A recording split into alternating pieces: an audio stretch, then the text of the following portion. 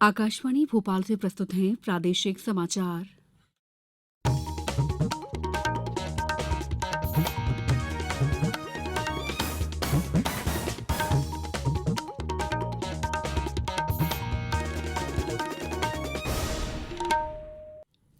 नमस्कार, समाचारों के साथ मैं दीपा सिंह।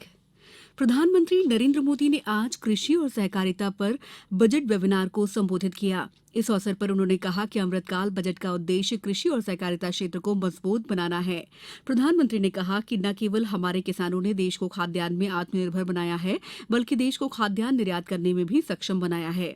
प्रधानमंत्री ने कहा कि खाद्य तेलों में भारत आत्मनिर्भर बनाने के लिए मिशन मोड में काम कर रहा है। उन्होंने कहा कि तिलहन और दलहन का न्यूनतम समर्थन मूल्य किसानों के लिए और अधिक आकर्षक बनाने के लिए बढ़ाया गया है। प्रधानमंत्री ने कहा कि सरकार ने एग्री बिजनेस स्टार्टअप के लिए राशि बढ़ाने के भी प्रबंध किए हैं। विभिन्न मंत्रालयों और विभागों द्वारा ये वेबिनार आयोजित किए जा रहे हैं ताकि केंद्रीय बजट 2023-24 उल्लेखित प्राथमिकताओं पर काम किया जा सके। प्रदेश में मेडिकल और इंजीनियरिंग की चयन परीक्षा में सरकारी स्कूलों के बच्चों के लिए अलग से मेरिट लिस्ट बनाई जाएगी। मुख्यमंत्री शिवराज सिंह चौहान ने कहा है कि प्रदेश में मेडिकल और इंजीनियरिंग की पढ़ाई अब हिंदी में शुरू कर दी गई है। इससे राज्य के गरीब किसान के बेटा बेटी भी पढ़ाई कर सकेंगे। उन्होंने कहा कि प्रदेश के युवाओं को आत्मनिर्भर बनाने के लिए अनेक स्तर पर कार्य हो रहे हैं। जहां एक ओर सरकारी नौकरी के लिए 1.25 लाख भर्तियां की जा रही हैं, वहीं स्वरोजगार के लिए अनेक योजनाएं संचालित हो रही हैं।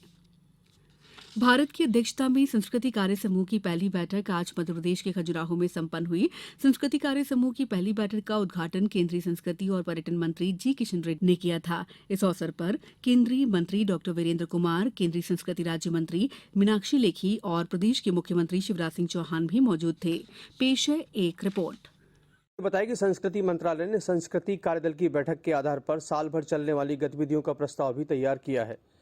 2 दिनों के विचार विमर्श के आधार पर सारांश रिपोर्ट भी प्रस्तुत की गई। भारत ने इस बैठक के लिए 4 प्रमुख विषयों का चयन किया था। इनमें सांस्कृतिक संपदा का संरक्षण और पुनर्स्थापन, एक सतत भविष्य के लिए लिविंग हेरिटेज का उपयोग, सांस्कृतिक और रचनात्मक उद्योगों और रचनात्मक अर्थव्यवस्था को बढ़ावा देना और संस्कृति के संरक्षण तथा संवर्धन के लिए डिजिटल प्रौद्योगिकी का लाभ उठाना शामिल हैं। G20 के प्रतिनिधि आज आदिवासी कला और संस्कृति पर केंद्रित राज्य संग्रहालय आदिवर्त का दौरा करेंगे, जबकि कल का दिन पन्ना टाइगर रिजर्व के लिए आरक्षित है। संजीव शर्मा, आकाशवाणी समाचार, खजुराहो। इंदौर की कान्ह और सरस्वती नदी में लंबे समय के बाद निर्मल जल का प्रवाह नजर आएगा। शहरीकरण के कारण प्रदूषित हो चुकी नदियों को स्वच्छ करने के लिए केंद्र सरकार ने 511 करोड़ रुपए की राशि स्वीकृत की है। सांसद शंकर ललवानी ने बताया कि केंद्र सरकार ने देश भर में नमामि गंगे मिशन के अंतर्गत करीब 1200 करोड़ रुपए की अलग अलग परियोजनाएं मंजूर की हैं। इसमें सर्वाधिक राशि इंदौर के लिए स्वीकृत है।